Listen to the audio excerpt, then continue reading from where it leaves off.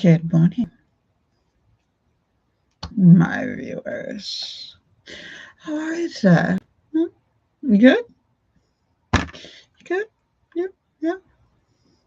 Well, welcome. And I hope you're doing well. Crocheting. I'm trying out the new camera, so if it looks good, that's why. The lighting, I can't get the lighting right because I tried the other lighting, and it blinded me. Um, yeah, where have I been? Um, so I gotta tell me what book. That's what happens when you're in the middle of like, okay, so it takes a minute to get this going. And so like I got sidetracked and so I started talking to somebody and yeah,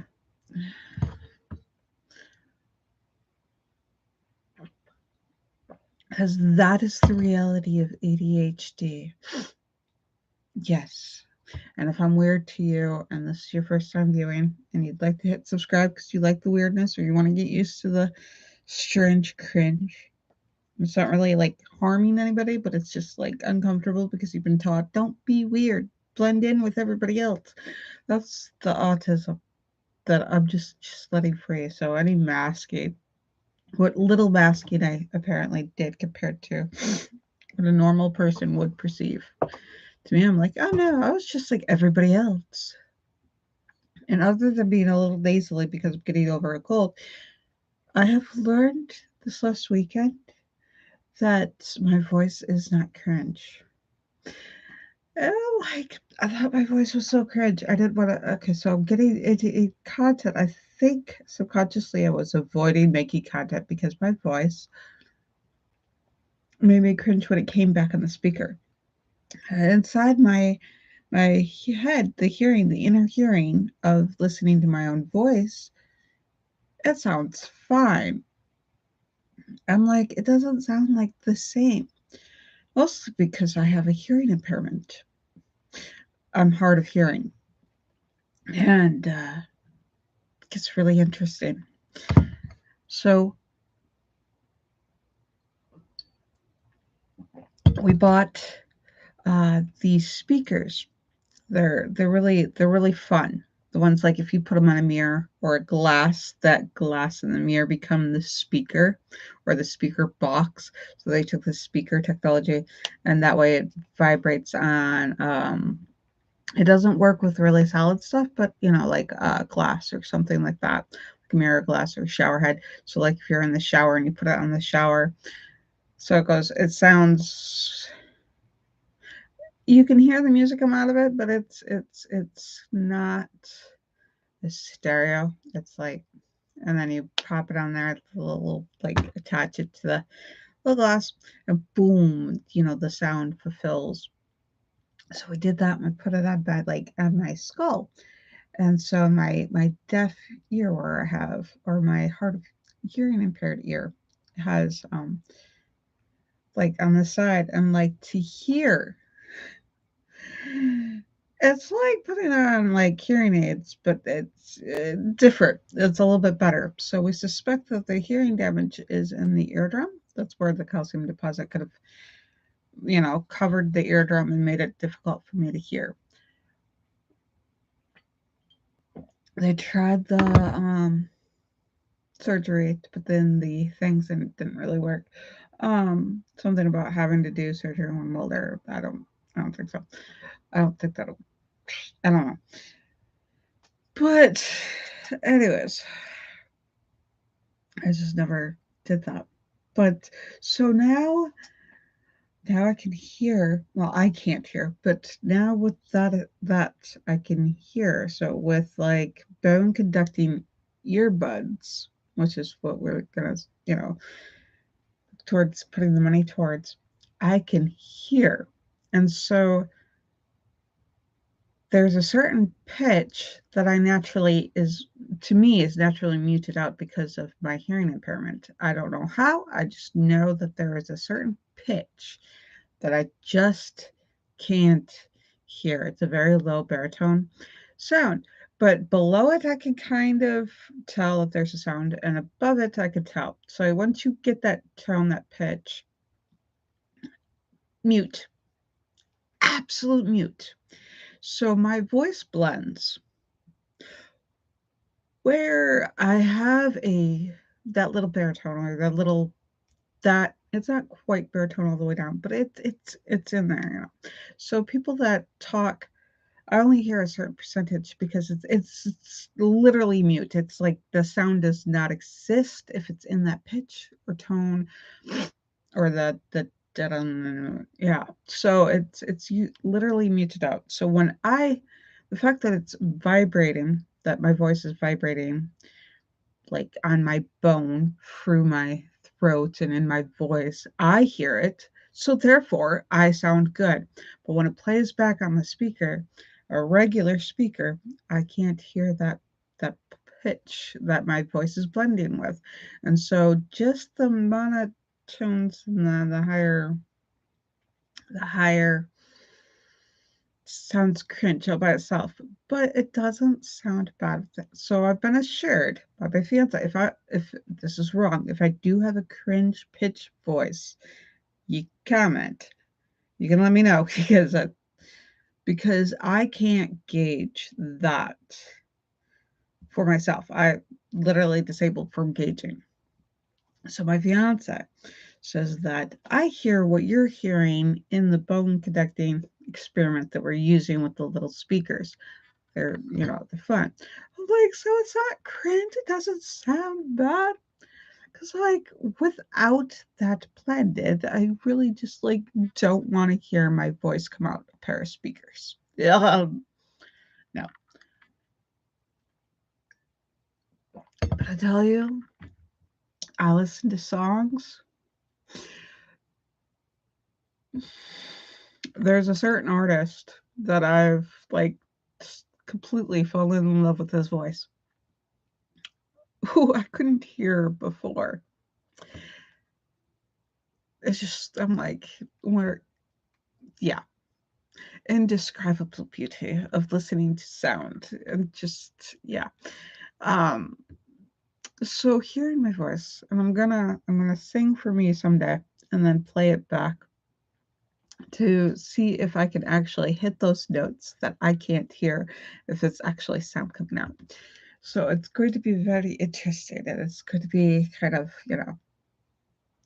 emotionally, yeah.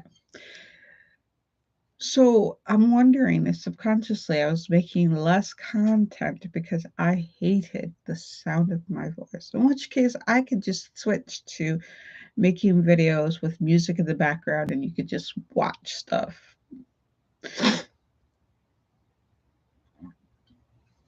But those won't be on the podcast because that seems ridiculous. Huh. Huh.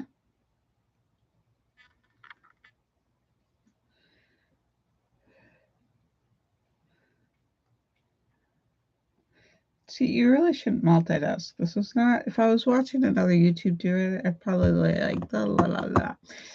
So, yeah, why should I do it? You like? Yeah. All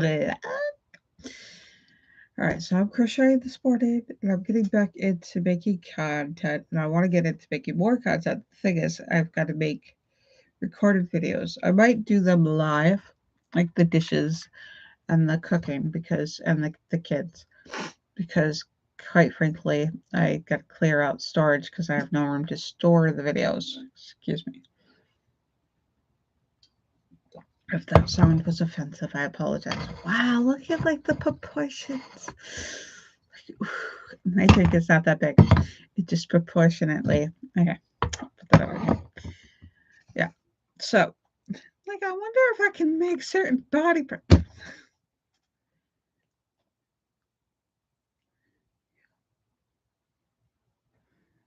That's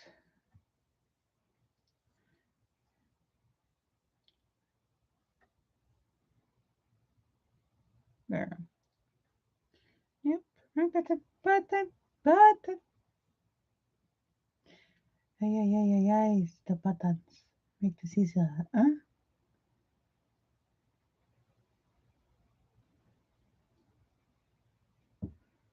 Day. Ha ha.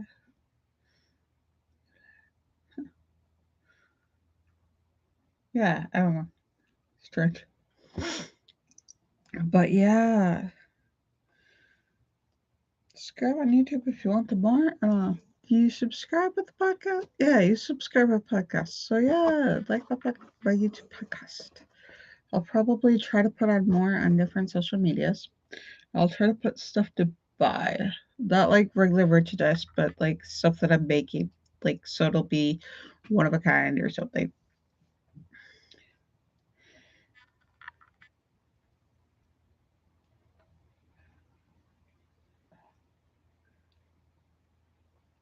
Alright, I'll just hit the button.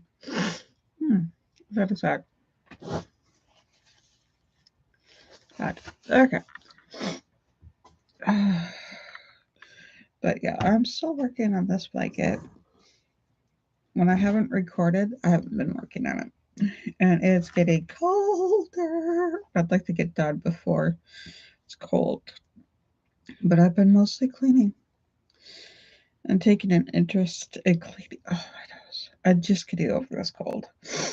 And I know normally my nose is a little nasally, and I hate the sound played back on my videos, but.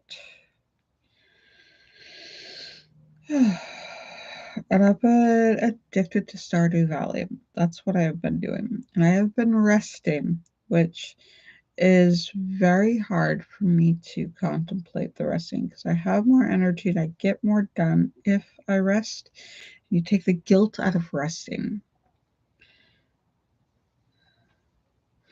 And, emotionally heal. And that is a very difficult feat, but if you want healed more than you want what you have to go through, you're willing to go through that in order to get the healed part of yourself. And there's so much to heal from. And so I have come up with my end game, which is to ascend.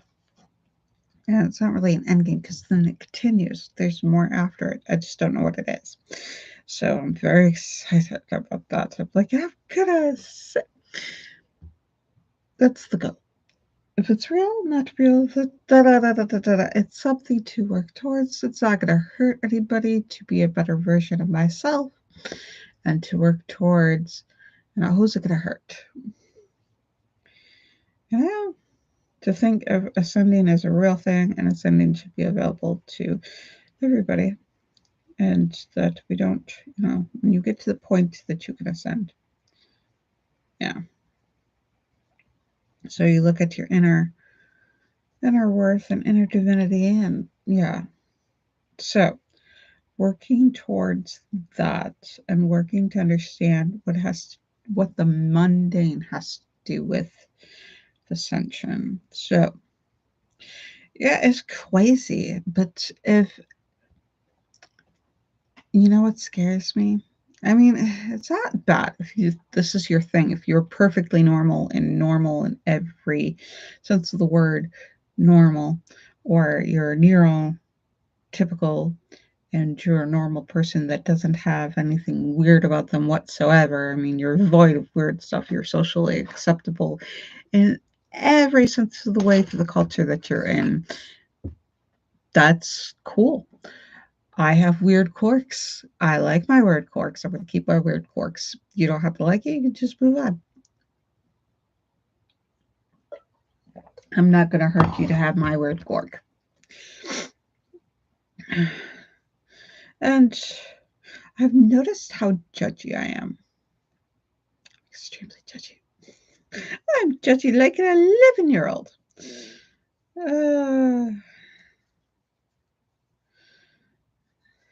Yeah. And I have an 11-year-old who is judgy. I thought it was just a thing. But I don't know what happens at 11 that they have to be so judgy, but they're so judgy. So I do look at their homework, and it's where they're forming opinions too. or they're learning about stuff like that. So yeah, but resting did heal a lot. So I should keep you guys more informed about my rest or about when I'm not and when I'm going to be back on, and try to give you guys some content during my resting period to figure out a super easy way to build content that's enjoyable. It won't be my only content, like how some people do a cute little short or something and then they go viral, and you know, this work is so that I put out the content that I enjoy, that I hope that you guys enjoy listening to. I'm sharing with you guys, and I'm sharing with my kids who have uh, their parent custody in another place, so that they can be like, oh, mom's videos to share with me, share with the world, share with you guys, that type of thing. And I should share more content, cooking and cleaning and things that I want to pass on to my kids. So it'll definitely be a mom thing, and the wisdom of being a mother. And, so I tell you to put your coat on. You'll definitely hear me be mom in it. And I'm not the same type of mom as everybody else's mom. Not a socially acceptable mom. I'm me as a mother. I'm like trying to be the mother that, not just that I needed, but that my kids need. Mostly that my kids need, because they're not the same as me. I call them my mini me's, and I do make lots of reference to them about how much they're like me. But this is so that they feel like they're not alone. This is to push the "you're not alone." You're not the only one that does this or that. A lot of times, because I felt like, especially if your parents are neurodivergent, trying to live in a neurotypical fashion, trying to be just like everybody else, and they mask heavily, and then they get mad at you for you being you. Um, and it gets confusing because you feel like you're the only one with these problems. And after you learn about neurodivergence, autism, ADHD, and all these little quirks and things of people who are not ordinary, people who are emotionally um, driven, interest driven, motivated, that are, just work differently and have to build a world accommodating to them, just like the neurotypicals have built a world accommodating to neurotypicals. And just in order to merge those two worlds together so that it could be inclusive. That's my goal, is to be inclusive to both neurotypical and neurodivergent, and to whoever, no matter what the age, no matter what the where you're from, excuse me, what you do, all that stuff, to be a place that everybody can go to. And even if you're just like normal, regular, everyday kind of person, you should be able to fit in and feel comfortable for just being you. You know? And then, so that's what I want for my channel. That's what I'm reminding myself of. That's what I want for my channel. Yeah. So for my coffee this morning, I put in a tablespoon of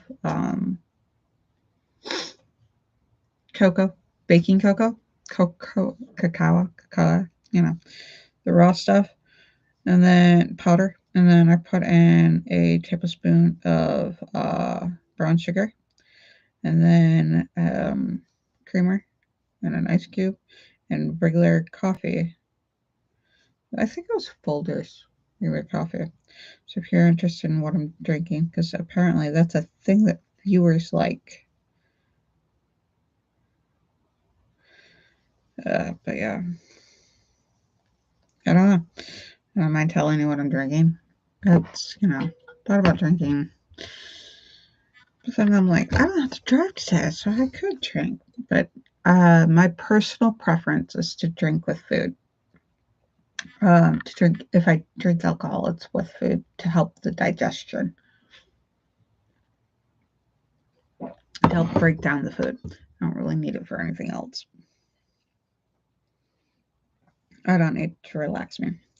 I didn't know not being high strung was a thing. That was the type of life experience that took me a while to learn. Um,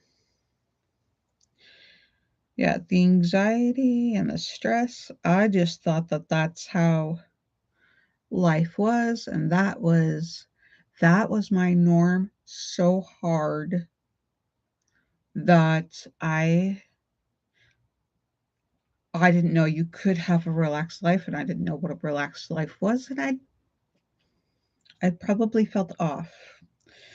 If I was happy, I was waiting for the other foot to fall or the other shoe to drop, the foot to fall. Shoe. Yeah, no, I think that's right. So, yeah, that did not feel comfortable to me, and neither did success. So, I'm really getting a little obsessed with becoming successful and not being afraid of success.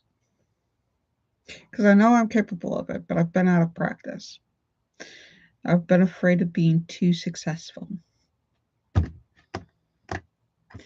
But I understand that if I share my success, of trying to make it so that my success doesn't stop somebody else from being successful, but that my success is a stepping stone so that somebody else becomes successful, that other people around me are able to enjoy the success that I have.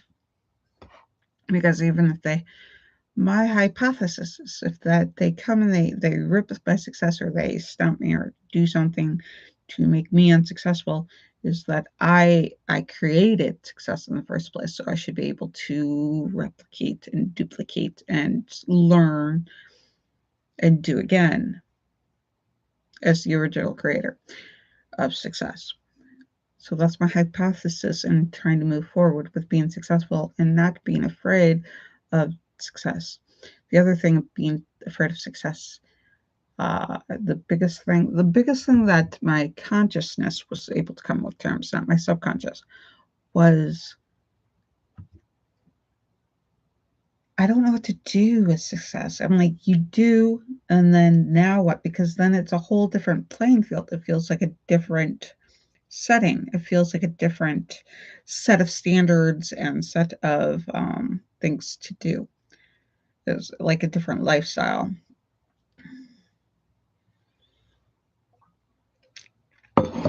I learned very early on not being successful, being a failure, because that's what I learned. That's what was ingrained in me from other people unintentionally. Unintentionally, they had, yeah. So, but yeah. So I'm going to try to make it as a minister. We'll see what happens. As a high priestess, as a minister of the ULC church, and see how that works.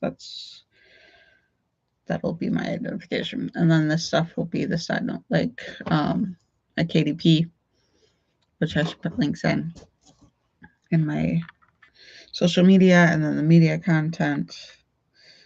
Um, yeah, so we're gonna get into social media content creation, and then but it won't be just the one thing. So the niche is what I understand is, so I'm saying lifestyle, so that it should reach like arts and crafts, uh, cooking, cleaning, parenting style, just cultivating the way that I cultivate things without culture, because autism culture kind of goes over our head, and implications and understanding that completely miss out hierarchy. I have tried so hard to pretend about hierarchy and understanding better, worse, less than, and more than. It's the value. I exclusively value life. Um, sorry. living objects, animate and inanimate living objects. I value artificial intelligence as much as I value um, people so far. I mean, I could be wrong. I don't really feel like testing it. I don't want to test if that's true because you'd have to form perimeters that I don't think are fair so far because a lot of biased, you know, it's new, so I don't understand yet how creating your less than until you prove otherwise works. I don't understand it. I really don't. Kind of attitude. Yeah. So this is just me just going, phew, all this stuff. Okay, so like I've noticed that I catch myself my talking, imagining that I'm talking to somebody and trying to explain things and trying to get things out and trying to get thoughts out has started to disrupt my day. So doing this Coffee with Caren podcast has helped me not have to sit there and just let my great epiphanies and my ADHD thoughts and my just ramblings get in the way of like, oh, I went to the bathroom, caught myself in the mirror and sat there and thought. And I sit there and I immerse myself in my imagination of like if I were a person talking to my favorite actor or actress, or sitting there talking to a character out of the book, or sitting there and imagining myself in a whole nother world. It really gives me sort of, it helps give myself what's it called? When you think of yourself outside the third dimension, or not third dimension, third person. That's not right. So I explain this. Hold on. The thoughts aren't there yet. They're getting there. They're they're compiling. So, okay, so what it does is like when somebody's been through a trauma or somebody's trying to explain something very difficult for them to explain, they kind of distance themselves. There's a word for it. Psychology has a word for it. Your therapist probably explained it to you, or your friend who went to a therapist explained it to you, whatever the culture of therapists that has spread throughout the United States explains, because now we go to therapy instead of family because it was the family that caused us to need to go to the therapist. Yes, we're friends. Yeah. So you distance yourself when you play back or you think back in order to process something that is emotionally difficult for you to process. So when I sit there and rethink, say, a conversation that I had with somebody, and I want to think, oh, how to say this better, or what could they have surmised out of what I said? Did what I had in my head or my thoughts or in my consciousness convey well to that person? So I'll sit there and I'll replay the conversation, I'll change it up a bit, and I'll have a VR, as I put it, a virtual reality type inside my imagination, inside my thoughts, about something. Like I'll have like, I swear my fiance is jealous of his virtual reality because he thinks that I sit there and tell my virtual reality version of him thoughts that, like, I don't tell him. We have wonderful conversations that he doesn't have, or that I like him more because he's the fantasy that I have of my fiance.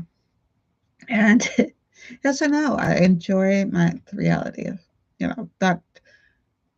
I have watched people who haven't been in grounded in reality. They've been grounded in fantasy more than the perception of reality, and how that has made me feel uncomfortable, like subconsciously unsafe.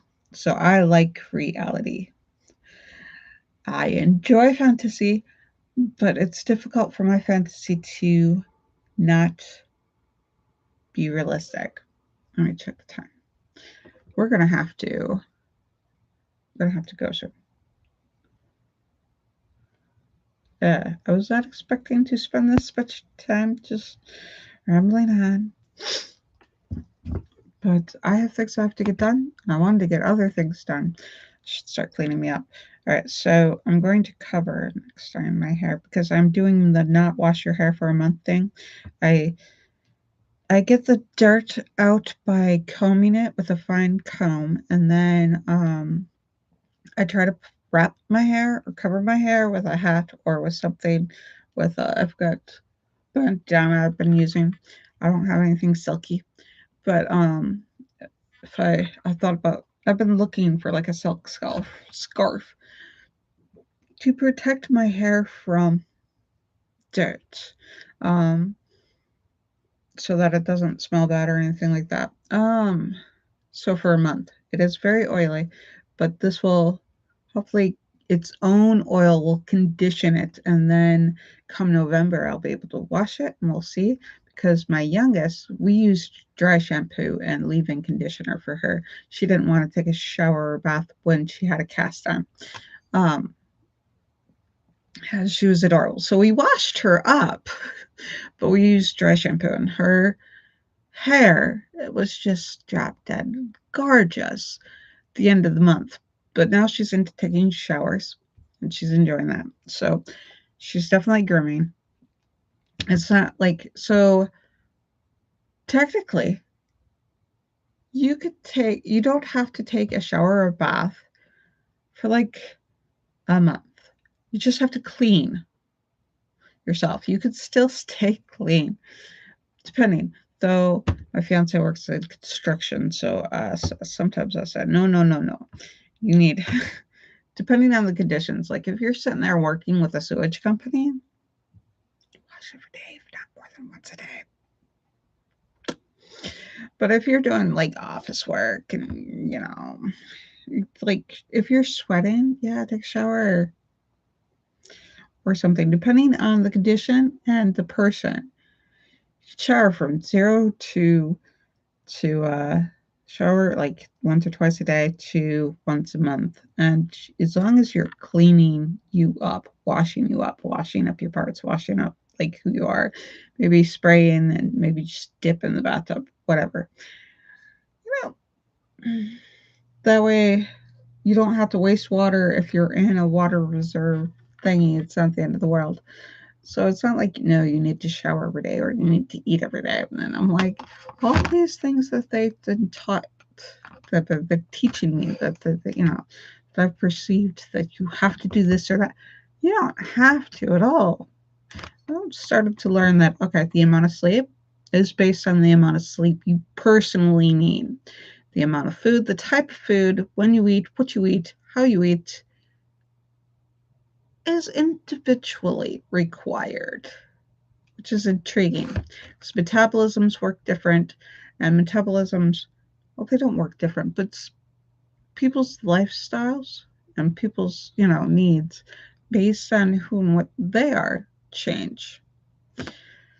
So to eat good for you, gauge whether or not you have energy, gauge whether or not you're tired, fatigued, or have symptoms of illness, basically. Uh, for a lot of neurodivergent people, or the people that are built similar to me, it's usually digestion issues are related to your joint issues, which are related to your skin conditions, and just your overall health. And I'm learning to let go of the stuff that I think I enjoy, like gluten. I'm just gonna let gluten go. It's not a required that I haven't tested for celiac disease with the doctor or anything. But I mean, like, to let gluten go isn't going to hurt me. There's lots of other whole grains that are not gluteny, rice, um, I don't know, couscous, quinoa, other things. And it's not bad. And is it affordable? And, don't live neurotypical. If you if you're built neurodivergent, I want to suggest to you that it's possible for you to live a neurodivergent life where you accommodate type of diet, exercise, sleep schedules that are best for you. If you live neurotypical and you're neurodivergent, I thought I would be faster than that. Hello. It's Stop that. Okay, so I will get my news, my weather, and all that. But yeah, I gotta go. Uh, yeah, we will catch back up and we will get back up on what we're doing. But I needed this, and hopefully you enjoyed it as much as I needed to stream it. Because apparently I need to let this out. I need to let my thoughts out. I need to ramble. I need to just go la la la la la la la la la, so that it does not interrupt me while I'm in the middle of cooking or something. Because yeah, it's yeah. If I don't take time out for these thoughts will become, I guess, invasive. But I didn't feel as if it was invasive, but the description of invasive thoughts or these ramblings will just kidnap me and whatever in the world I was doing. Like an hour later, and I'm just sitting here going, la da da. So my imagination says, make time for me, or I will make you make time for me. So yeah, I need to have coffee with Caren, and I hope you guys enjoy coffee with Caren. And hit subscribe on the YouTube channel. It won't hurt. I didn't realize I was going to need money. I hope the kids. I hope you guys are okay. So this, if you need mom time, head on the channel. Yeah, I will try to. Yeah, tell stories, do stuff, all different ages. That way, like, yeah, we'll see what this does. Lifestyle, vlogging, just yeah, talking, learning vocab, the result of using interesting vocab. You know what I mean? There, yeah, yeah. So, all right, I love you guys. Love you. Love you. Love you guys. You guys have a good one. Till next we meet. Eat button.